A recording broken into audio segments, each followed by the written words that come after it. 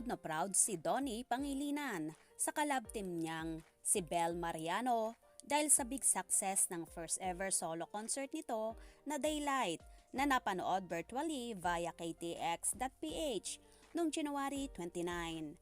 Si Donnie ang special guest ni Bel sa concert. First time tumugtog ng keyboard sa isang live event si Donnie. Nang kantahin nila ni Bel ang For Your Eyes Only na theme song ng pelikula nilang Love is Colorblind. It really means so much na nandito ka, sabi ni Bel kay Donnie pagkatapos ng duet nila. Ano ka ba? Para sa'yo, sagot ni Donnie. Actually, I never played the keyboard in an event live before. The fact na For Your Eyes Only na theme song pa ng first ever movie natin. It's such an honor to be here sa concert ni Bel Mariano. Sumunod ay inihayag na ni Donnie kung gaano siya ka-proud kay Bel, hindi lang sa success ng concert kundi pati sa pamamayagpag ng career nito. Sobrang proud ako sa'yo.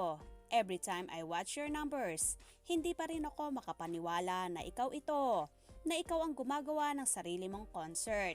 I know how long you've dreamed of having this opportunity. Just to see you fulfill your dreams right here. It's just so cool, ani Donnie.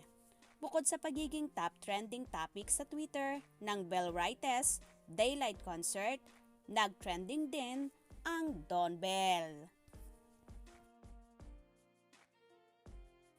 Hindi lang si Bel Mariano ang naging masaya sa kanyang successful na virtual concert, kundi ang kanyang collab team na si Donnie Pangilinan din, na talaga namang tila nai-inlove na sa aktres.